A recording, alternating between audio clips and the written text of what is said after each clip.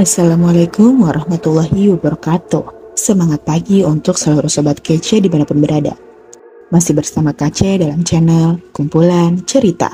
Kali ini Kace akan melanjutkan cerita Nyi Blorong kemarin dengan cerita yang berjudul Tumbal Iblis, karya karangan Kak Breaking 182. Untuk sobat kece yang sedang membaca, jangan lupa untuk dukung Kak Breaking juga ya.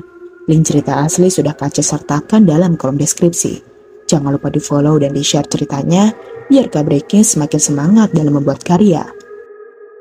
Mari kita langsung masuk ke ceritanya.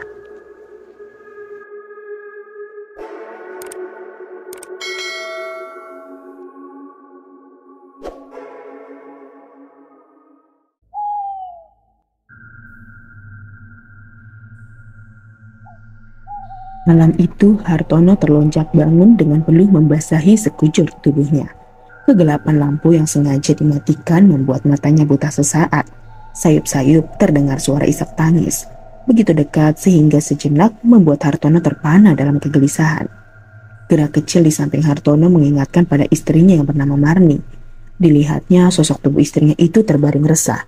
Kedua tangannya mencengkram selimut kuat-kuat, sementara air mata deras menetes di pipinya. Tatkala pandangan Hartono dan Marni bertemu, ia segera menghambur memeluk tubuh Hartono kuat-kuat seraya berteriak setengah menyikau. "Aku mendengarnya lagi, Mas. Aku mendengar suara itu lagi." "Marni, tenanglah." Hartono mengusap lembut pundak istrinya, pundak yang basah oleh peluh. Marni gemetar dengan hebat, seraya mengulangi kembali ucapannya setengah histeris. "Begitu mengerikan, Mas. Ucap Marni tertahan di tenggorokan. "Iya, aku tahu Marni. Aku juga mendengar. Diamlah dan tenang. Itu hanya sekedar mimpi buruk." Terguncang-guncang kepalanya seakan-akan menyanggah kata-kata Hartono. "Tapi Mas, suara tangisan bayi itu, suara bocah kecil tertawa-tawa itu bukan sekedar mimpi." Iya benar, suara-suara itu bukan hanya sekedar mimpi. Karena telah berulang kali terdengar semenjak datang ke rumah ini. Suara kaki-kaki kecil berlari-larian dalam kegelapan, ditimpali dengan tangisan bayi, kemudian berakhir dengan tangisan berkepanjangan yang memilukan. 2 hari Hartono sengaja tidak memejamkan mata, namun suara-suara itu tetap muncul. Tatkala lampu dinyalakan, mendadak sontak suara itu lenyap. Marni mulai tenang, isaknya mereda. "Tahukah kau dari mana datangnya suara-suara aneh itu, Marni?" Hartono bertanya hati-hati. Ia mengeluh. "Dari kamar Bapak." "Biar kupastikan sebentar." "Jangan, Mas." "Tenanglah, paling tidak aku ingin tahu perkembangan Bapak yang sedang sakit itu. Sekarang berbalinglah, pejamkan matamu." Marni terlihat ragu sebentar. Hartono mencoba tersenyum manis kepada istrinya, lalu Marni mengangguk perlahan. Hartono kemudian turun dari tempat tidur, membentulkan letak piyamanya sebentar. Piyama itu lembab telah basah oleh keringat, sehingga seperti melekat pada kulit. Udara malam yang dingin merembes masuk bersama sinar bulan dari celah ventilasi. Hartono berjalan gontai menuju ke kamar bapaknya. Entah mengapa, tiba-tiba tubuhnya menggigil dan bulu kuduknya meremang. Hartono memutar handle dan pintu terbuka. Suasana di dalam kamar sepi dan gelap gulita. Terdengar suara nafasnya, mendesah, berat dan serak.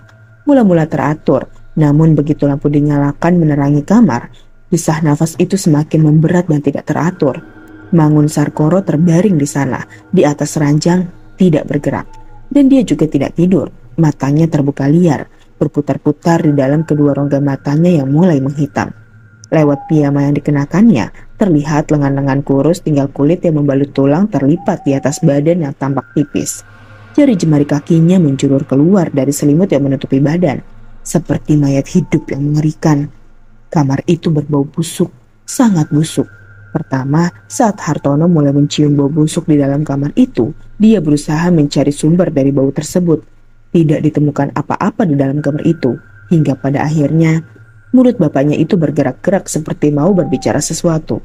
Didekatkan wajah Hartono ke mulut bapaknya itu, tidak ada suara yang keluar, kecuali desah nafas berat dan tersengal-sengal mirip seekor sapi yang sedang disembelih. Semenjak saat itu, Hartono mengetahui dari mana asal bau busuk itu. Langsung dari celah-celah bibir keriput yang selalu terbuka. Bibir itu tampak berkumat kamit. Hartono tertegun sejenak waktu sepasang mata yang berputar-putar itu mendadak berhenti beku. Sejenak diawasinya wajah bapaknya itu. "Apakah waktunya sudah tiba?" batin Hartono. Ternyata tidak, mata itu berputar-putar lagi. Manakala terdengar pintu depan rumah digedor-gedor dari luar, Hartono hendak berdiri dan beranjak, tetapi niatnya itu diurungkan karena didengar Marni sudah berlari-lari keluar dari kamar. Pintu depan terdengar dibuka dengan regupan cepat dan suara gemetar menggema dalam kesunyian yang gelap. "Mbah Jumingan?" "Iya." Terdengar suara sahutan yang parau dan berat. "Masuklah, Mbah." Tubuh kurus kering, yang lebih tepat dikatakan tulang belulang itu menggeliat sesaat di balik piyama yang longgar. Hartono terperanjat. Apakah aku tidak salah lihat? Ternyata tubuh itu tidak bergeming sedikit pun dari ranjangnya. Orang tua setengah umur dengan tubuh agak bungkuk dan memiliki rambut panjang yang berwarna kelabu melangkah masuk. 3 gelang akar bahar yang melingkar di tangan kanan tampak menambah seram penampilannya. Di belakangnya, Marni mengikuti dengan wajah yang mengguratkan perasaan takut dan cemas. "Inikah bapakmu yang sakit itu?" Suaranya parau dan berat. "Benar, Mbah Jumingan." Dukun itu menimpali pendek. "Perkenalkan, Mbah, saya Hartono, anak bungsu dari Bapak Mangun Sarkoro yang sekarang sedang sakit terbaring itu." Orang tua yang bernama Jumingan itu seperti mengacuhkan Hartono. Bahkan uluran tangan Hartono tidak pernah disambut sedikit pun. Hartono menghela nafas, tangannya yang masih menggantung untuk berjabat tangan ditariknya kembali. "Biar aku periksa sebentar bapakmu itu." Marni mendorong kursi kayu untuk diduduki orang tua yang katanya seorang paranormal terkenal dari kaki pegunungan tepus itu. Setelah komat kamit seraya memperhatikan tubuh Mangun Sarkoro yang terbaring di ranjang, dukun itu memegang nadi, menekan lambung, dan meraba dada sebelah kiri untuk mencari denyut jantung yang berdetak. Orang tua itu mengeluh lirih menghela nafas.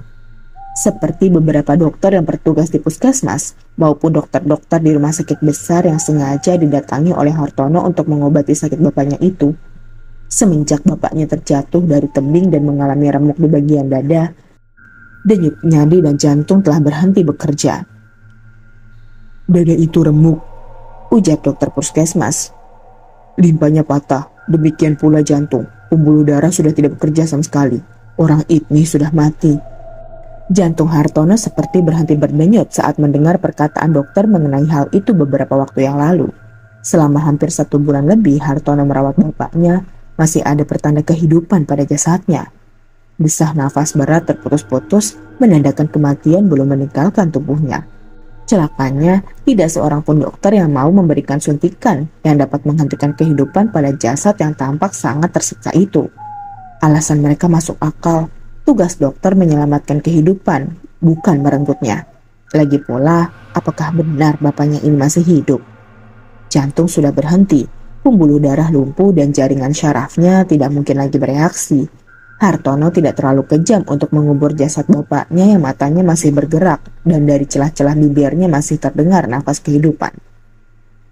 Orang tua bungkuk dan berambut kelabu itu mendadak menurunkan lengan-lengan Mangun Sarkoro yang terlipat di atas dada.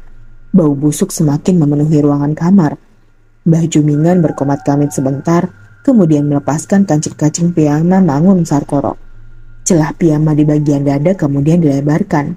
Hartono tertegun bercampur kaget. Dilihatnya dada bapaknya itu tampak hitam legam, tetapi lambung bawahnya kelihatan masih merah kecoklatan. Kulitnya melepuh, benda putih-putih kecil yang jumlahnya mungkin ribuan bergerak-gerak liar. Seperti ulat-ulat kecil rakus melahap isi perut Mangun Sarkoro. Marni terhenyak mundur sambil menutupi mulut dengan tangan menahan mual yang menyerang ganas perutnya. Tanpa sengaja, sikunya menyenggol gelas yang ada di atas meja. Gelas pecah berkerontangan di lantai. Belingnya tercerai-berai kemana-mana. Marni lalu keluar dari kamar itu. Tak lama kemudian, terdengar suara muntahan di kamar mandi.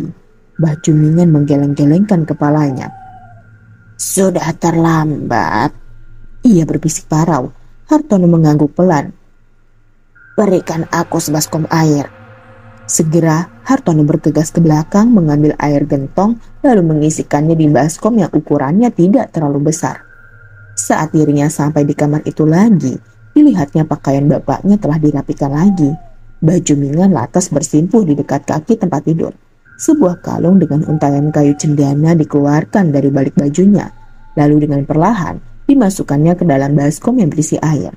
Sesaat permukaan air seperti mendidih, menggelegak, lalu diam. Sontak wangi cendana memenuhi ruangan itu, bercampur dengan bau busuk. Baju Mingan mengeluarkan kalimat-kalimat aneh, seperti igauan bocah tatkala ngelindur di tengah malam. Di antara suaranya yang aneh, butir keringat sebesar biji jagung menetes keluar dari pori-pori kulit di wajahnya.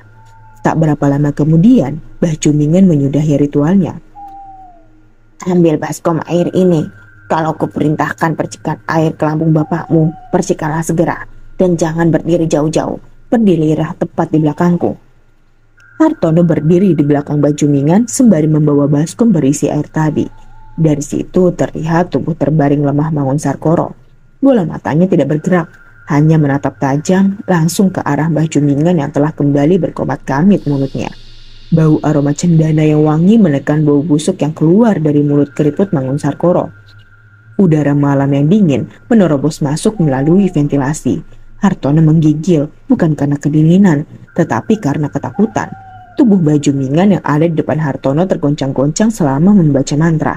Dan perlahan, bukan hanya keringat yang menetes di pori-pori kulit orang tua bungkuk itu, tetapi juga darah segar merembes keluar dari lubang hidungnya. Percikan air itu. Baju Mingan berteriak lantang. Hartono menggenggam air di dalam baskomnya, terperanjat ketika air itu berasa panas dan mendidih. Ditariknya tangan itu, lalu dipandanginya khawatir kalau melepuh. Ternyata tangan itu masih utuh, tidak ada luka atau bengkak merah di sana. Percikan! Baju Mingan berteriak tambah kepayahan, nafasnya tersengal-sengal. Hartono memercikkan tetesan air itu ke arah dada bapaknya. Terdengar suara desir aneh, seperti menyiram air di atas bara yang panas. Asap putih menebal membumbung tinggi menyentuh langit-langit kamar, kemudian berpendar terbawa angin. Beberapa kali Hartono menelan ludahnya, mencoba mengurangi ketegangan yang ada di dalam dirinya. Tubuh Mangunsarkoro bergerak-gerak perlahan. Kemudian gerakan itu terhenti. Baju Mingan memperkeras bacaan-bacaan anehnya. Sepasang bola mata Mangunsarkoro tiba-tiba berputar-putar dengan liar.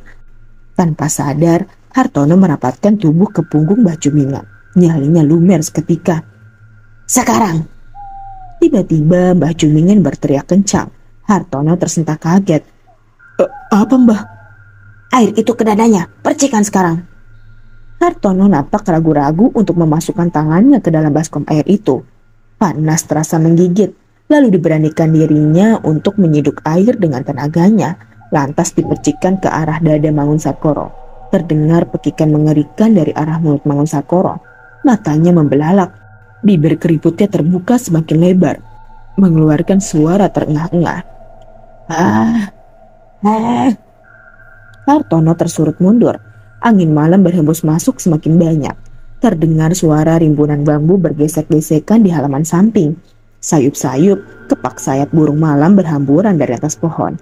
Disusul lolongan anjing liar di kejauhan. Ketika suara-suara itu reda, Hartono mulai bisa bernafas lega. Tapi itu hanya sebentar.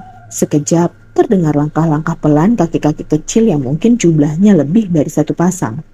Awalnya suara itu pelan hanya melangkah saja.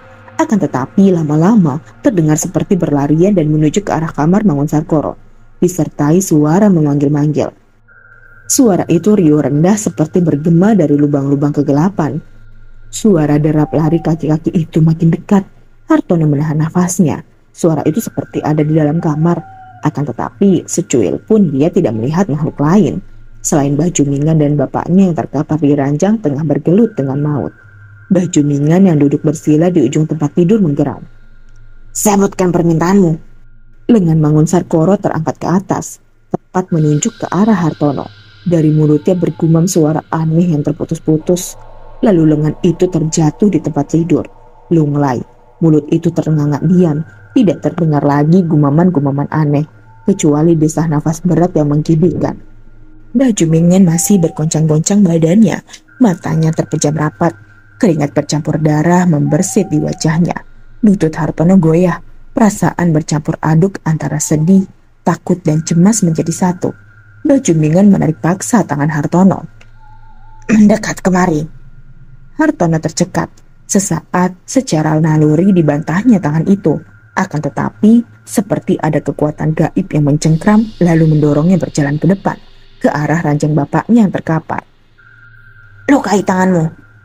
Mbah Jumingan berteriak lantang sambil mengangsurkan pecahan beling yang masih berserakan di lantai.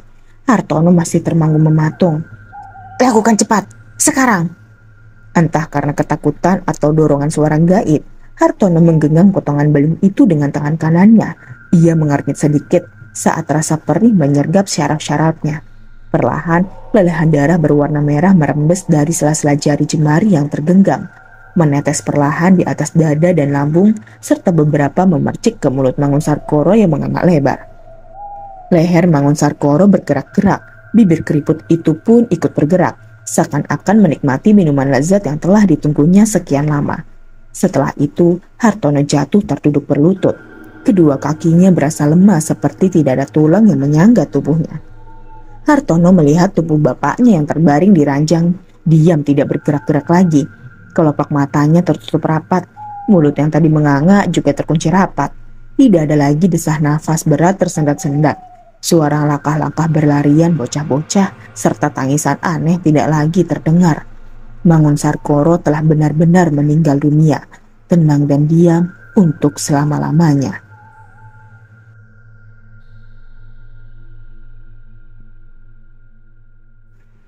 Matahari bersinar terik membakar jagat. Seorang pemuda berpakaian serba putih dengan celana panjang juga berwarna putih mengayuh sepeda kumbangnya membelah jalanan Yogyakarta menuju ke arah selatan. Belum membasahi sekujur tubuhnya, kering di tenggorokan nampak tidak dirasakan. Rambut ikalnya berkibar-kibar tertiup angin. Sepeda kumbangnya melesat bagai panah yang dilepaskan dari busur. Aku harus cepat sampai di Ngoto. Kabar rahasia ini harus cepat disampaikan. Pemuda berpakaian putih itu membatin dalam hati. Dia merasa bersyukur karena sepeminuman teh berlalu, akhirnya dia sampai di sebuah tempat yang menjadi tujuannya. Desa Ngoto terletak di perbatasan Kabupaten Bantul dan Yogyakarta, sebelah selatan agak ke timur. Dihentikan kayuhan sepedanya di depan sebuah kedai yang berada di pinggir jalan.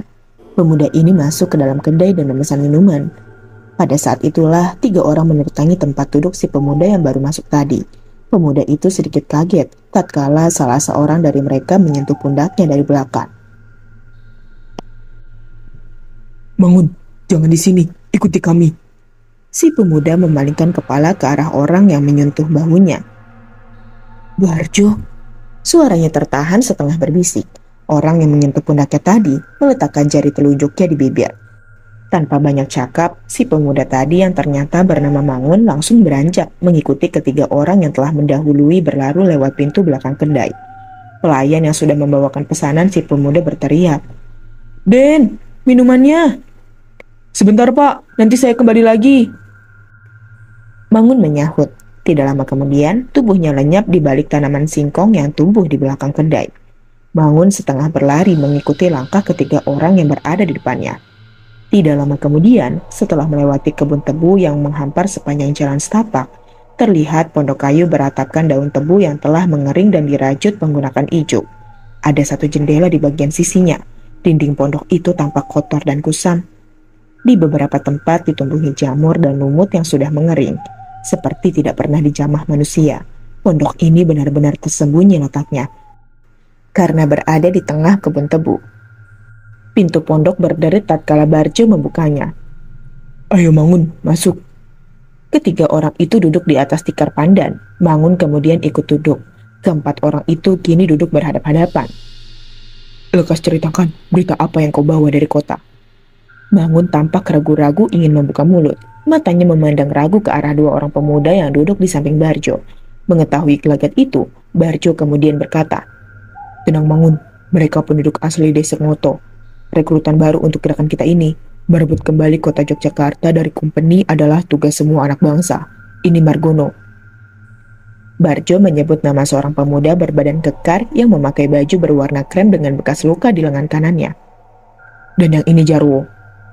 Seorang pemuda berbadan kurus tinggi dengan rambut panjang menyentuh pundak. Margono dan Jarwo mengangguk ke arah Mangun. Anggukan itu dibalas dengan senyuman.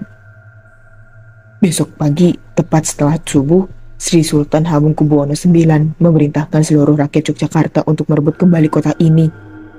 Barjo menggeram, dikepalkan kedua tangannya kuat-kuat. Kita telah merdeka sejak 17 Agustus 1945 yang lalu. Kita sudah diakui sebagai negara yang berdaulat, tapi Belanda dengan licik akan merebut kemerdekaan ini dari kita lagi. Sejak berawal dari agresi militer Belanda II, Belanda berhasil menduduki kota Yogyakarta, yang saat itu merupakan ibu kota Republik Indonesia. Setelah kota Yogyakarta diduduki, Belanda berturut-turut berusaha menduduki kabupaten-kabupaten sekitar kota Yogyakarta, yaitu Sleman, Bantul, Kulon Progo, dan akhirnya Gunung Kidul. Ingat Barjo, sampaikan hal ini kepada pemuda-pemuda di Bantul. Kita bantu BKR merebut kembali kemerdekaan. Situasi sekarang tambah memanas. Presiden Soekarno, Pak Hatta, Syahir, dan tokoh-tokoh lain telah ditangkap tahun 1948 kemarin dan kemudian diasingkan. Negara kita diambang kehancuran. Mangun tampak berapi-api. Iya Mangun, aku juga sempat dengar di radio Belanda menyebarkan desas-desus dan isu kalau negara Indonesia sudah musnah di media-media dunia. Tepat Barjo, karena itulah Panglima Sudirman memerintahkan serangan yang akan kita lakukan besok pagi. Tapi mengapa serangan besar itu harus fokus di kota ini? Bukankah di kota-kota lain juga ada gerakan seperti ini? Ingat Barjo, kota-kota ini telah menjadi ibu kota negara, menjadi kota besar yang selalu dilihat oleh negara-negara lain. Banyak delegasi dari PBB memiliki kantor di sini. Jika kita serang secara besar-besaran, dunia pasti melihat kita, media pasti memberitahukan kita. Indonesia masih ada, Indonesia masih hidup. Barjo mengangguk-angguk. Ingat, serangan dimulai besok pagi tepat tanggal 1 Maret 1949. Nanti akan ada tanda sirine. Saat itulah serang pos-pos Belanda yang sudah tersebar di pelosok Jogja. Aku akan berperang di garis depan bersama Divisi 3 di kota. Semoga perjuangan kita berhasil. Merdeka! Pekik Mangun Sangkoro sembari mengepalkan tangannya ke udara. Merdeka! Sambut ketiga orang yang duduk bersila di depannya. Aku pergi dulu Barjo. Ingat, rencana ini jangan sampai bocor. Kepalamu akan kupenggal jika sampai bocor. Mangun lalu menyelinap keluar. Tubuhnya lenyap di rimbunan tanaman tebu. Tak lama kemudian, ketiga orang yang ada di dalam pondok juga menyebar untuk melaksanakan tugasnya masing-masing. Sejak dini hari, gumpalan awan hitam bergantung di udara Yogyakarta. Paginya, walaupun sang surya telah menampakkan diri, namun karena masih adanya awan hitam itu, suasana kelihatan mendung sekali. Kokok ayam dan kicau burung tidak serius seperti biasanya, seolah-olah binatang-binatang itu tidak gembira menyambut kedatangan pagi yang tiada bercahaya itu. Hari itu, tanggal 1 Mei 1949, tepat pada pukul 6 pagi, sirine penanda berakhirnya jam malam berbunyi. BKR dan segenap pemuda Yogyakarta memanfaatkannya sebagai tanda dimulainya serangan umum. Kurang lebih 2.500 orang pasukan gerilya di bawah pimpinan Letkol Soeharto pada masa itu melancarkan serangan besar-besaran di jantung Yogyakarta. Pasukan gerilya mengepung kota Yogyakarta dari berbagai arah. Mayor Sarjono memimpin pasukannya melakukan penyerangan dari arah selatan. Di arah barat, pasukan gerilya menggempur kota Yogyakarta di bawah pimpinan Letkol Suhut. Sedangkan dari arah utara, pasukan gerilya yang dipimpin oleh Mayor Sukasno. Mangun Sarkoro berada di bawah pimpinan Mayor Sarjo. Pemuda ini berperang di garis depan dengan gagah berani tanpa takut sedikit pun. Dengan sepucuk senapan yang berhasil dicuri dari tentara Belanda yang berhasil dibunuh, Mangun Sarkoro bagai malaikat maut pencabut nyawa. Letusan senapan laras panjang yang ada di tangannya selalu tepat sasaran. 2 orang tentara Belanda rengkah. Kepalanya ditembus timah panas. Mangun, hati-hatilah. Usiamu masih sangat muda. Jangan bertindak gegabah. Seorang lelaki paruh baya berteriak di balik barikade yang dibuat darurat menggunakan karung-karung yang berisi pasir. Karung-karung pasir itu tampak berlubang-lubang tertembus peluru di beberapa tempat. Tidak apa Pak D. Untuk tumpah darah kita, nyawa juga saya serahkan. Mangun menjawab seraya mengokong laras senapannya. Kali ini, dia membidik seorang tentara Belanda yang tengah sibuk memberondong dengan senjata berat yang ada di sebuah mobil jeep. Tentara itu mengejang sebentar, tatkala peluru yang ditembakkan Mangun Sarkoro menembus di pertengahan rongga mata. Jatuh gedebukan ke jalan beraspal, tiba-tiba terdengar ledakan keras. Beberapa pejuang terpental dengan tubuh melepuh dan langsung mati. Mundur, mundur, jaga jarak dari jangkauan tank itu. Seorang lelaki tegap berbaju militer, di kepalanya menempel helm besi dan membawa senapan berteriak pada pasukannya. Dialah Mayor Sarjono. Moncong tank memuntahkan peluru lagi, terdengar jeritan di sana-sini, diikuti berbentalan tubuh-tubuh kosong melepuh. Bau sengit daging terbakar bercampur anyir bau darah memenuhi udara di pagi itu. Mangun Sarkoro menggigit bibir. Sialan, kalau begini terus banyak yang akan gugur. Aku tidak bisa membiarkan ini terjadi. Mangun Sarkoro menutup matanya, diatur pernafasannya. Ada hawa hangat menjalar dari pusar, menyebar di seluruh pori-pori tubuhnya. Dengan perlahan dibuka matanya. Setelah menarik nafas 3 kali, serta-merta Mangun Sarkoro meloncat dari balik persembunyiannya. Orang tua Parubaya tadi berteriak melihat hal itu. Bangun, jangan nekat. Akan tetapi, pemuda itu tidak menggubris sama sekali perkataan orang tua itu. Tubuhnya menerobos hujan peluru yang memberondong dari arah depan. Sesekali ditembakkan senapan yang ada di genggamannya. 2 nyawa tentara Belanda melayang ke akhirat. Dibentangkan senapan yang tadi berpeluru itu ke tanah. Kemudian dicabut 2 bilah golok yang sedari tadi menggantung di pinggangnya. Mangun Sarkoro mengamuk dengan menggunakan golok itu. Kilatan dari mata golok menari-nari. Kemudian ditimpali jeritan kesakitan dari para kompeni. Darah muncrat di mana-mana. Baju putih Mangun Sarkoro nampak bercak-bercak darah dari tentara yang dibunuhnya. Para kompeni Belanda yang melihat kejadian itu nampak mundur ketakutan. Aku harus menghancurkan tank itu agar perang ini bisa dimenangkan. Mangun Sarkoro tidak menyadari ada seorang penembak jitu yang bersembunyi di balik tirai jendela gedung tepat berada di depannya, mengintai nyawa. Moncong senjata pembunuh itu tepat mengincar batok kepalanya. Seorang sniper siaga dengan senjata laras panjang. Matanya terpincing mengintai target sasaran dari balik lensa silinder yang ada di atas badan senapan. Moncong senapan yang telah diberangus dengan peredam agar tidak diketahui letak lokasi si penembak. Telunjuknya siap-siap melepaskan tembakan mematikan. Mangun Sarkoro tengah mengamuk di medan perang. Puluhan kompeni meregang nyawa di ujung golok kembarnya. Baju yang berwarna putih telah berubah warna merah darah. Tiba-tiba, 1 butir timah panas terbang mengarah tepat di kepala Mangun Sarkoro. Terdengar bunyi benturan keras. Peluru yang melesat itu menghantam tepat kepala Mangun Sarkoro. Tidak ada jeritan kesakitan. Darah muncrat dari kepalanya yang pecah. Kepala itu hanya bergoyang sedikit. Terkejut ada yang membongkong, Mangun Sarkoro membentak. Matanya yang tajam melihat serangan tentara Belanda dengan senjata laras panjang. Di atas gedung, berjarak sekitar 15 tombak dari tempatnya berdiri, berusaha untuk mengisi senapannya lagi dengan peluru. Sambil mendengus, dilemparkan golok yang berada di tangan kanannya itu. Suara mendecit saat golok itu melesat dengan cepat. Sedetik kemudian, terdengar teriakan kesakitan. Golok itu tepat menancap di dada si penembak jitu. Tubuhnya terhuyung sebentar, lalu jatuh ke bawah. Tulang lehernya patah, darah mengalir di atas jalan. Mangun Sarkoro tersenyum dingin, didekati mayat itu, dibalikan mayat itu menggunakan kaki. Golok yang masih menancap di dada mayat itu dicabut dengan tangan kanan, kemudian ditendang keras-keras kepala yang sudah melintir karena tulang lehernya patah. Tidak ampun lagi, batok kepala itu rengkah, otak dan darahnya berhamburan keluar. Mangun Sarkoro memandang nanar tank-tank yang masih saja memuntahkan peluru dari moncong-moncongnya. Ia kemudian berlari ke arah tank-tank itu. Tanpa kenal takut, ia melompat di atas badan tank. Dibuka paksa penutup tank yang ada di bagian atas. Saat penutup telah terbuka, Mangun Sarkoro merengsek masuk. 2 orang tentara Belanda terkejut melihat ada orang berlumuran darah masuk ke dalam tank. Keterkejutannya tidak lama. Saat melihat kepala kawannya menggelinding ke bawah, darah muncrat membasahi sebagian wajah dan badannya. Pucat pasih tubuhnya gemetaran. Lalu semua gelap saat kepalanya juga terlepas dari badan. Pertempuran-pertempuran hebat terjadi di ruas-ruas jalan kota Yogyakarta. Mayat berkelimpangan di jalan. Bau darah dan daging terbakar memenuhi penjuru kota. Nyala api dari gedung yang sengaja dibakar untuk mengalihkan perhatian masih berkobar di mana-mana. Dalam waktu singkat, Belanda berhasil didesak mundur. Pos-pos militer ditinggalkan. Beberapa buah kendaraan lapis baja berhasil dirampas oleh pasukan gerilya. Pasukan Republik Indonesia berhasil menguasai Yogyakarta selama kurang lebih 6 jam. Tepat pada pukul 12 siang, Letkol Soeharto memerintahkan pasukannya untuk mengosongkan kota dan kembali menuju pangkalan gerilya seperti yang telah direncanakan sebelumnya.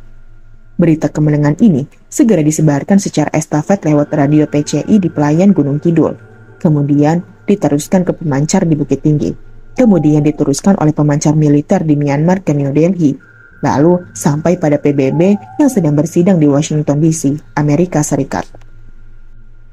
Berita kepahlawanan dan gagah beraninya Mangun Sarkoro di medan pertempuran menyebar dari mulut ke mulut. Hingga pada suatu pagi yang cerah, sebuah mobil mewah jenis Buick 8 berwarna hitam dengan liskap mesin berwarna keperakan berhenti tepat di depan pagar rumah sederhana yang berada di pinggiran kota. Seorang ajudan berpakaian serba hitam turun dari balik kemudi, kemudian berlari-lari kecil ke samping untuk membukakan pintu seseorang yang duduk di jok belakang. Seorang lelaki parubaya memiliki badan yang tinggi tegap, memakai kemeja lengan pendek berwarna kelabu, serupa dengan celana panjang yang melekat di kedua kakinya keluar dari balik pintu mobil. Sementara di tangan kanannya tergenggam tongkat komando sepanjang 2 jengkal orang dewasa. Di pertengahan badan tongkat itu melingkar logam yang menyerupai cincin. "Wongso, inikah rumah Mangun Sarkoro?" "Iya benar Pak, ini rumahnya." Kedua orang itu melangkah menuju pintu yang berwarna putih itu. "Ketuk pintunya Wongso." "Baik Pak." Ajudan yang bernama Wongso mengetuk pintu. Tidak lama kemudian terdengar suara langkah kaki. Seorang pemuda nampak keluar dari balik pintu. Hanya memakai kaos dan kain sarung. Mukanya terlihat kusut, seperti habis tidur. Matanya langsung terbelalak begitu melihat siapa yang ada di depan pintu rumahnya. "Mayor Sarjono, silahkan duduk dulu sebentar." Mangun Sarkoro mempersilahkan tamunya untuk duduk. "Saya mau menyiapkan minuman dulu." "Tidak usah Mangun, kedatanganku hanya sebentar, tidak bisa berlama-lama. Sisa perang kemarin masih banyak yang perlu dibereskan. Kamu duduk saja di sini, aku ada penawaran khusus untukmu, kalau kamu berminat dan mau." "Apa itu Mayor Sarjono?" "Terus terang, aku suka dan bangga dengan bakatmu. Kamu seorang pejuang yang gagah berani. Orang sepertimu, Republik ini membutuhkan tenagamu. Apalagi kita sedang membangun sebuah negara yang berdaulat." Mangun Sarkoro menyimak perkataan orang di depannya itu. "Kalau kamu mau, aku akan mengirimmu ke Jakarta. Temui orangku. Di sana, kamu akan dijadikan salah satu pasukan khusus yang akan bertugas untuk melakukan operasi-operasi senyap. Bukan tidak mungkin kompeni suatu saat masih akan merongrong kedaulatan kita." Mangun Sarkoro termenung. "Bagaimana Mangun? Kamu bersedia lagi berjuang untuk negaramu?" "Saya terima tugas dan tanggung jawab ini, Mayor." "Bagus Mangun, bagus." Mayor Sarjono menepuk-nepuk bahu Mangun Sarkoro. 2 hari dari sekarang, temui aku di pangkalan udara Maguwo. Dari situ, aku akan mengirimmu ke Jakarta." "Siap, laksanakan." Mangun Sarkoro menjura hormat. "Aku pamit dulu Mangun, sampai ketemu 2 hari di muka." Mangun Sarkoro mengantarkan tamunya sampai ke pintu pagar. Dia baru masuk saat mobil hitam yang membawa Mayor Sarjono menghilang dari pandangan. Desa Tawang merupakan satu desa di kaki Gunung Merapi sebelah barat. Desa ini subur makmur dan penduduknya hidup tentram.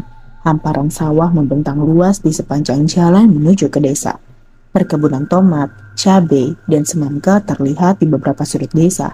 Hari itu boleh dikatakan seluruh penduduk bersenang hati karena nanti malam akan diadakan pesta besar di rumah kepala desa, yaitu pesta pernikahan anak laki-lakinya yang tertua yang bernama Karjo dengan seorang gadis pilihan hatinya. Di halaman depan telah dibangun sebuah panggung untuk tempat pertunjukan wayang kulit. Hiburan semacam ini jarang terjadi di desa. Meski pertunjukan itu beberapa jam lagi baru akan dimulai, tapi telah banyak orang, terutama anak-anak yang berkumpul di sekitar panggung. Di bagian lain terlihat panggung serupa berwarna hijau, 2 kursi pelaminan bertengger berdampingan. Gebyok yang berada di belakang membuat semakin megah pelaminan itu. Di sisi kanan kiri 2 tiang penyangga dihiasi dengan untaian bunga berwarna-warni. Janur kuning yang melengkung indah menambah semarak suasana sore itu. Seorang gadis berbadan subur dengan baju pengantin berkebaya warna hitam dipadu kempen warna hitam sebatas dada duduk gelisah di ruang rias. Untaian bunga melati menjela menghiasi rambut tebalnya yang dikonde. Wajahnya yang ditutup riasan tebal terlihat gelisah. Sesekali menoleh ke arah wanita parubaya dengan kebaya hijau yang berdiri di sampingnya. "Bo," si mempelai wanita berbisik ke arah perempuan parubaya yang ada di sampingnya. "Ada apa, Nduk?" Bapak sudah diberitahu kalau hari ini aku melangsungkan pernikahan. Sudah, Duk. Tapi mengapa saat ini belum juga kelihatan? Si mempelai wanita berbicara dengan gelisah. Mungkin sibuk atau mungkin lagi di jalan. Kamu tahu sendiri bapakmu itu orang penting di Jakarta. Tidak bisa seenaknya pergi meninggalkan tugas. Sabar, Prapti. Mempelai wanita yang bernama Prapti menarik nafas panjang. Kekecewaan tergambar jelas di wajahnya. Prapti sebenarnya sangat merindukan ayahnya. Akan tetapi sikap ayahnya yang seperti mengacuhkan kehadiran dia. Rasa rindu itu berubah menjadi kecewa dan lama-lama menjadi benci. Tak pernah aku merasa aku ini anaknya. Suatu hari ia mengeluh pada ibunya. Bertemu pun hanya sekali dua kali. Semasa Prapti masih berumur 7 tahun. Apalagi sekarang, sudah bertahun-tahun tidak sekalipun terlihat atau terdengar kabar berita. Bus, jangan begitu, Nduk. Bagaimanapun, ia tetap seorang bapak yang wajib kau hormati. Bu Lastri memohon. Bapakmu melakukan itu karena tugas negara. Harus berjuang mempertahankan kemerdekaan ini. Bapakmu itu seorang pejuang. Harus siap sedia saat negara membutuhkan. Apalagi sekarang, suasana sedang genting. Kompeni berusaha merebut kemerdekaan dari kita. Simbo harap kamu bisa memahami itu, Nduk. Bu Lastri memeluk lalu membelai rambut anaknya itu. Prapti akhirnya menyerah pasrah. Sesudah beduk maghrib ditabuh orang, maka kelihatanlah penduduk desa Tawang dan desa-desa tetangga datang. Berbondong-bondong menghadiri pesta pernikahan itu. Satu persatu naik ke panggung untuk memberi selamat kepada dua mempelai yang duduk di kursi bagaikan raja dan ratu sehari. Sementara itu di atas panggung, Ki Dalang telah mulai menjalankan tugasnya. Malam itu sengaja dipilihnya cerita pewayangan yang termasyur, yaitu cerita Baratayuda. Semua orang menonton dengan penuh perhatian. Semakin larut malam, semakin asyik cerita yang dibawakan oleh Ki Dalang. Suasana tegang terjadi sewaktu Werkudara atau yang dikenal dengan panggilan Bima, yaitu salah seorang dari 5 bersaudara Pandawa, muncul ke tengah kancah perang saudara itu, berhadapan dengan tokoh Kurawa yang tak asing lagi, yakni Duryudana atau Suyudana. Sebuah mobil Mercedes-Benz E200 W115 keluaran tahun 70-an berwarna silver metalik berhenti di ujung jalan, tempat pesta pernikahan itu. Orang-orang yang larut dalam kegembiraan tidak menyadari kehadiran mobil itu. Di belakang kemudi, tampak seorang lelaki memakai jas hitam yang melekat ketat di badannya yang kekar. Sementara di jok belakang, seorang lelaki parubaya dengan rambut sudah mulai kelabu. Sisa-sisa ketampanan dan ketegapan tubuhnya masih terlihat. Jas warna putih dengan setelan celana putih serasi dengan penampilannya. Sebatang tongkat panjang dari kayu cendana berhulu gading berwarna kecoklatan tergenggam erat di tangan kanannya. Dari balik kaca jendela samping mobil, lelaki parubaya itu melihat ke arah pelaminan yang masih bisa terlihat dari ujung jalan. Matanya berkaca-kaca. Satu bulir air mata tak terbendung lagi, jatuh berderai menetes di pipinya yang mulai tergurat tua. Lalu perlahan diusap air mata itu dengan ujung lengan jas yang dikenakannya. Maafkan Bapak. Lelaki parubaya itu berbisik lirih. Jatmiko, lekas tinggalkan tempat ini. Kita kembali ke Jakarta malam ini juga. Baik, Pak. Lelaki tegap yang duduk di belakang kemudi mengangguk hormat. Mobil berwarna silver metalik itu perlahan berjalan menjauhi desa Tawang. Hujan lebat mengguyur bumi, guntur menggelegar berkepanjangan. Kilat sambar menyambar. Saat itu baru lepas tengah hari, tapi hujan lebat, gumpalan awan menghitam membuat suasana seperti dicekram gulitannya malam. Karena sulit melihat jalanan yang ditempuh, apalagi mulai mendaki dan berbatu-batu, seseorang lelaki itu tidak berani bergerak cepat mendaki Bukit Pares Berbatu. Sesekali, orang itu menghentikan langkahnya, mengibas-ngibaskan tangannya yang sudah mulai letih. Sesekali, kilat menerangi wajahnya yang ternyata masih sangat muda. Baju putih yang dikenakan nampak belepotan lumpur dan tanah. Dalam keadaan seperti itu, tiba-tiba beberapa meter di hadapannya, di jalan yang mendaki dan berbatu padas, pemuda itu melihat cahaya. Tepatnya nyala api. Sungguh sulit dipercaya. Dan lebih tak dapat dipercaya lagi ketika ia mendekati nyala api itu, ternyata adalah nyala sebuah obor.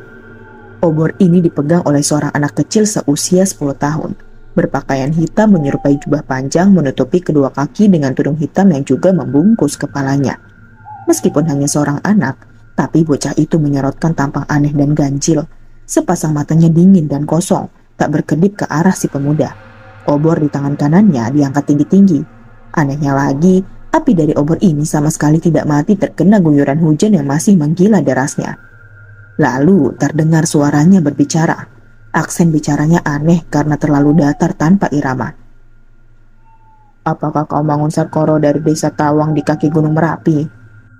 Pemuda yang ternyata Mangun Sarkoro melengak kaget. "Dari mana bocah ini tahu nama dan asal-usulku?"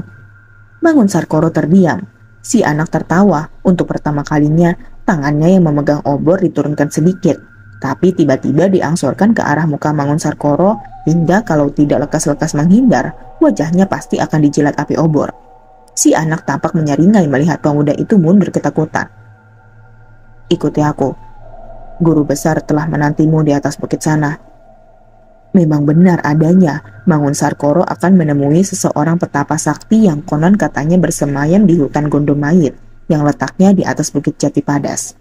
Bukit Jati Padas terletak di kawasan Balambangan. Bukit ini hanya berupa padas dan tumbuhan pohon jati di beberapa tempat.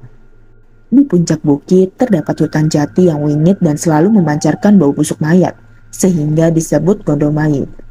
Gondo berarti aroma atau bau, dan mayit berarti mayat. Dengan tertatih-tatih, Mangun Sarkoro melangkah mengikuti jalan berbatu yang mendaki.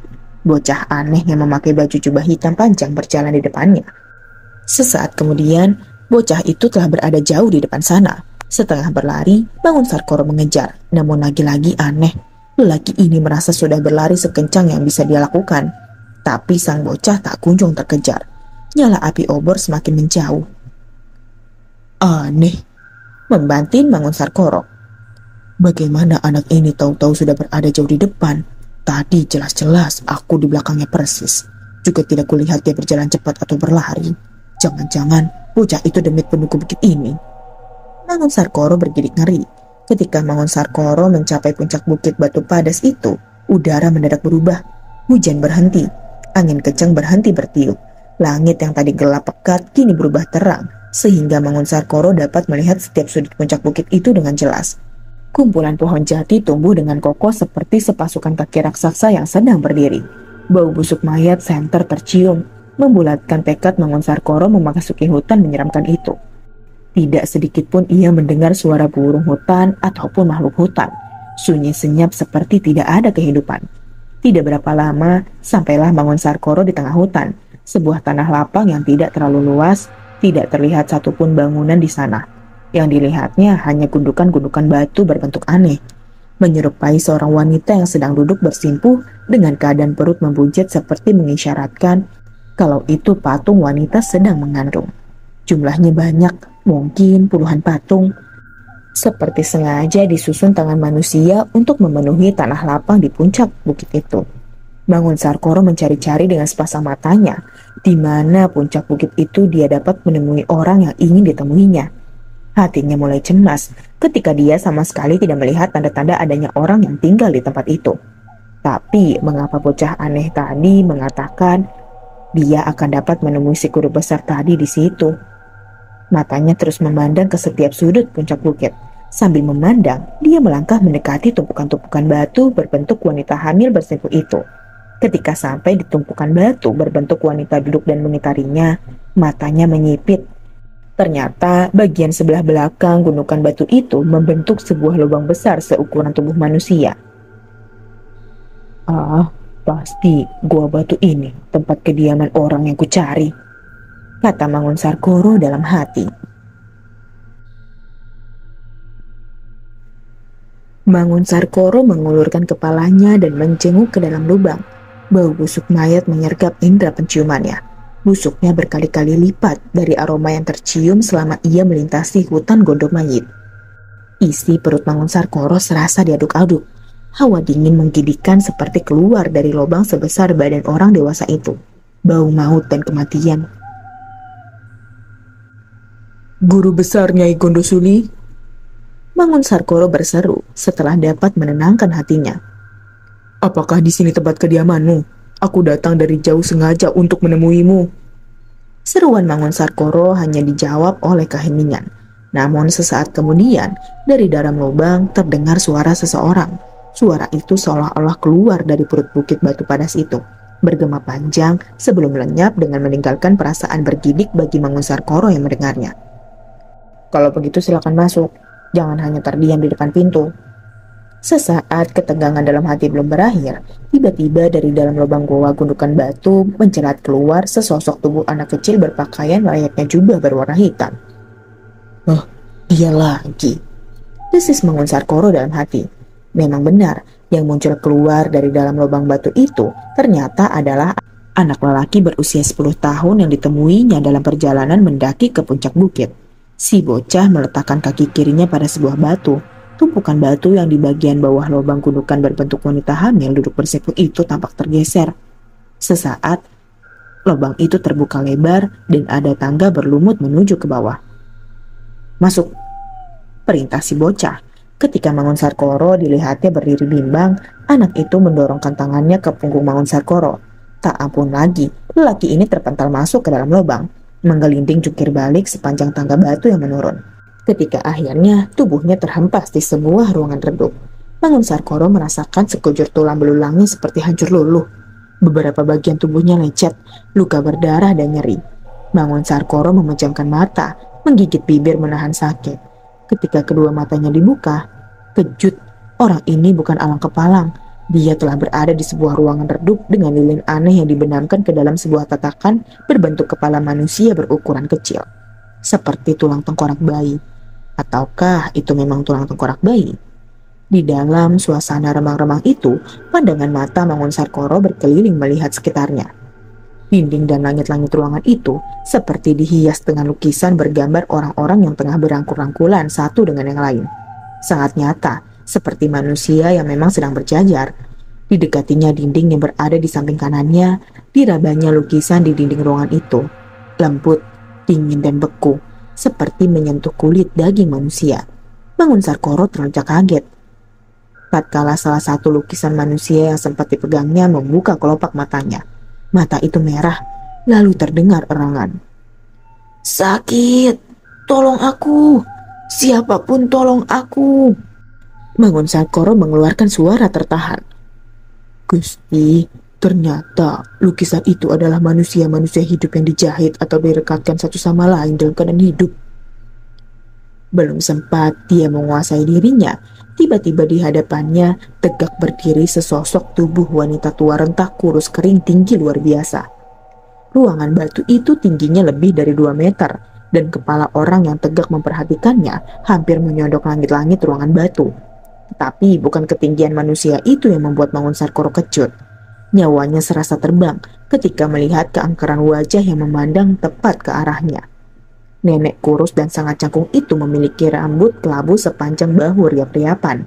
Mukanya yang sangat pucat, terdapat 2 mata besar dan merah angker mengerikan. Pakaiannya menyerupai jubah hitam yang telah kumal dan rombeng. Kedua pipinya sangat cekung, hidung luar biasa besar tapi pipinya pesek, hampir sama rata dengan pipi yang cekung.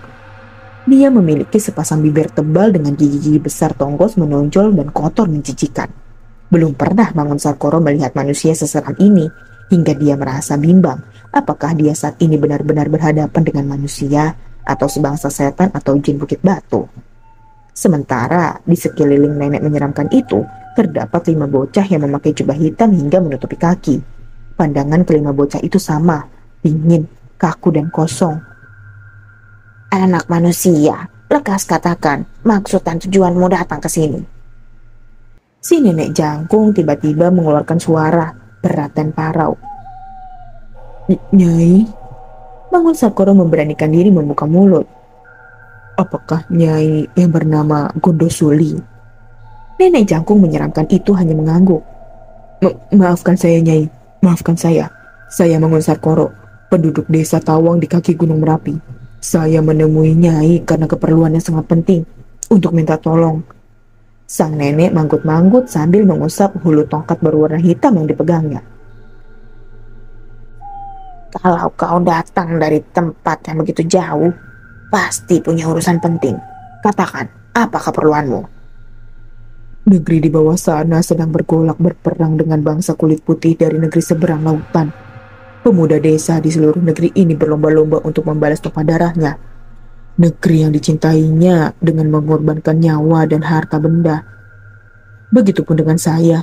Hanya saja, saya berpikir jika memiliki kesaktian lebih, pasti untuk jangka waktu ke depan, saya akan bisa menjadi pejabat di pemerintahan atas jasa yang telah saya sumbangkan. Punya kedudukan dan dihormati oleh orang banyak. Jadi, kau kesini untuk minta bekal? Betul sekali, Nyai. Saya percaya Nyai mau menolong. Anak manusia. Terdengar Nyai Gondosuli berkata, kau akan kutolong. Aku akan memberikan 2 ilmu padamu. Itu sudah lebih dari cukup. Apa jawabmu? Terima kasih, Nyai. Terima kasih. Saya betul-betul berterima kasih. Jawab Mangun Sarkoro terbungkuk-bungkuk. Mendekat kemari. Si nenek jangkung memerintah. Mangun Sarkoro mendekat dan tegak di hadapan orang bermuka mengerikan itu dengan hati berdebar. Buka bajumu. Sesuai perintah, Mangun Sarkoro membuka bajunya. Nyai Gondosuli kemudian menempelkan 2 telapak tangannya di dada Mangun Sarkoro. Mulutnya komat kamit, matanya terpejam. Mangun Sarkoro merasakan ada hawa panas masuk mengalir ke dalam tubuhnya. Apa yang kau rasakan, anak manusia? Tanya Nyai Gondosuli. Ada hawa panas masuk. Tubuh saya jadi ringan. Pandangan mata saya terasa lebih terang. Jawab Mangun Sarkoro mengatakan apa-apa yang saat itu dirasakannya. Menunduk. Perintah Nyai Gondosuli. Mangun Sarkoro menunduk. Orang ini menjerit kesakitan ketika tanpa diduga Nyai Gondosuli menggores bahunya menggunakan kuku-kukunya yang panjang itu. Darah mengucur dari 3 luka yang memanjang di bahu kanannya. Nyai Gondosuli kemudian menenguk 3 kali jari jemari kuku yang bernoda darah segar itu. Tiupan itu menghambur bau busuk yang membuat Mangun Sarkoro seperti mau muntah. Dia bertahan dengan berusaha menutup penciumannya.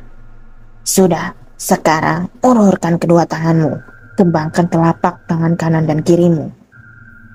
Mangun Sarkoro berdiri tegak, ulurkan tangan kiri dan kanan, serta membuka kedua telapak tangannya. Nyai Gondosuli menempelkan telapak tangan Mangun Sarkoro, lalu kembali mulutnya berkomat kamit.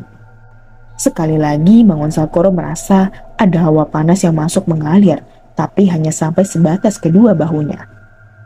Apa yang kau rasakan, anak manusia? Hawa panas mengalir sampai ke bahu saya, Nyai. Bagus. Nyai Gondosuli mengembalikan kedua tangannya. Kau sudah memiliki 2 macam ilmu sekarang. Pertama, ilmu kebal terhadap segala macam senjata, termasuk senjata beracun. Tapi kau sama sekali tidak kebal terhadap racun yang masuk lewat tenggorokanmu. Terima kasih, Nyai Gondosuli. Apakah ilmu yang kedua itu yang Nyai berikan? Ilmu yang kedua adalah ilmu pukulan. Siapa atau apa saja yang kena hantaman tanganmu atau tendanganmu akan menemui kematian atau kehancuran. Mangun Sarkoro gembira sekali. Dia mengucapkan terima kasih berulang kali. Dengan 2 bekal ilmu itu, kini dia bisa ikut berjuang tanpa takut kehilangan nyawa membasmi penjajah kompeni yang masih bercokol dengan berusaha merebut kembali tanah jajahannya. Nyai Gondosuli dapat meraba apa yang ada dalam benak orang di hadapannya itu. Dia bertepuk tangan. Entah dari mana didapat, tahu-tahu di tangannya tergenggam sebilah golok panjang berkilat. Tentu saja Mangun Sarkoro kaget bukan main. Sebelum dia sempat menghindar, bacokan menderu ke arah kepala. Mangun Sarkoro tak kuasa mengelak ataupun menangkis. Terdengar suara bergedebuk ketika senjata tajam itu mendarat di kepala. Dia hanya merasa seperti ditepuk. Kepalanya sama sekali tidak mempan dibacok. Jika tak mengalami sendiri, bagaimana mungkin dia dapat mempercayai kenyataan itu? Aku sekarang menjadi orang hebat, jadi orang sakti, tak mempan dibacok, tak mempan senjata tajam. Begitu Mangun Sarkoro berseru gembira dalam hati. Nyai Gondosuli menggerakkan tangan kanannya. Sebuah batu sebesar kepala orang dewasa menggelinding ke arah Mangun Sarkoro. Ujian kedua, seru Nyai Gondosuli. Pergunakan tangan kananmu, hantam batu itu, lihat apa yang terjadi. Sesaat, Mangun Sarkoro merasa ragu-ragu. Tetapi ketika batu bulat itu hampir menyentuh kakinya, orang ini cepat membungkuk dan mengambilnya dengan tangan kiri, seolah-olah yakin bahwa dia kini memang memiliki kehebatan luar biasa. Maka dengan tangan kanannya dihantamnya batu itu. Batu keras sebesar kepala itu hancur berantakan tanpa Mangun Sarkoro merasa sakit pada tangan yang memukulnya. Nyai Kundusuli tertawa mengkekeh. Anak manusia, katanya. Sekarang kau sudah memiliki dua macam ilmu dan sudah membuktikannya sendiri. Ketahuilah, kedua ilmu itu telah menyatu padu dengan badanmu. Apakah kau mendengar, anak manusia? Saya mendengarnya Nyai Kundusuli dan saya berterima kasih atas pemberianmu. Tidak cukup hanya dengan terima kasih, Nyai Kundusuli berkata lantang. apa yang telah kuberikan tidak cukup hanya diimbal dengan ucapan terima kasih. Bangun Sarkoro cepat tanggap. Buru-buru dia berkata, jangan khawatir Nyai Kundusuli, saat saya sudah mempunyai pangkat, jabatan dan kedudukan, saya akan datang kembali ke tempat ini. Akan saya bayar dengan uang yang banyak, perhiasan, emas ataupun perak. Aku tidak perlu uang atau harta. Berdesir darah Bangun Sarkoro, dadanya berdebar. Kalau Nyai Kundusuli tidak bersedia menerimanya, saya harus bagaimana? Kau harus mengikuti pantangan dariku. Jangan pernah menikah. Kalaupun sekarang kau sudah menikah dan punya anak, tinggalkan mereka. Jangan pernah menemui atau mereka semua akan menjadi hiasan di ruanganku ini. Satu hal lagi yang terpenting. Kau harus menyerahkan tumbal babon angrem padaku setiap tahunnya. Bukan sembarang babon angrem. Babon angrem itu harus hasil dari darah dagingmu. Setiap orang yang dekat padamu dan memakan dari semua hasil keringatmu, aku akan mengambilnya. Itulah tanda dari tumbal yang akan kau berikan kepadaku. Kau mengerti maksudku, anak manusia? Bangun Sarkoro tersentak kaget, mundur beberapa langkah dengan wajah pucat. Istilah tumbal babon angrem itu untuk wanita yang sedang hamil. Kau terkejut, anak manusia? Kekeh Nyai Kundusuli. Apa artinya semua itu dibandingkan dengan kesaktian dan kedudukanmu kelak? Tapi Nyai Kundusuli, kalau kau mengurungkan niatmu, tidak apa-apa. Hanya saja ilmu yang telah aku berikan kepadamu akan aku cabut. Dan akibatnya, nyawamu akan melayang dan mayatmu akan aku tempel di sini. Nyai Kundusuli tertawa. 5 bocah aneh yang berdiri di samping nenek itu juga tertawa aneh. Akhirnya, dengan suara bergetar, Bangun Sarkoro berkata, baiklah kalau imbalannya seperti itu, akan saya lakukan. Bagus, bagus. Urusanku denganmu telah selesai. Aku tunggu kesanggupanmu 1 tahun ke depan dari saat ini. Jangan coba-coba melarikan diri. Dimanapun kau bersembunyi, aku akan dengan mudah menemukanmu. Serta-merta, Nyai Kundusuli melompat ke belakang Bangun Sarkoro. Dengan tangan kirinya, dia mendorong punggung lelaki itu. Begitu didorong, tubuh Bangun Sarkoro mencelat masuk ke dalam lubang batu. Terangkat, melewati tangga, akhirnya terhempas di luar udara terbuka. Jatuh terkapar di tanah lapang yang di kanan kirinya terdapat bongkahan batu yang berbentuk wanita hamil tengah duduk bersimpuh.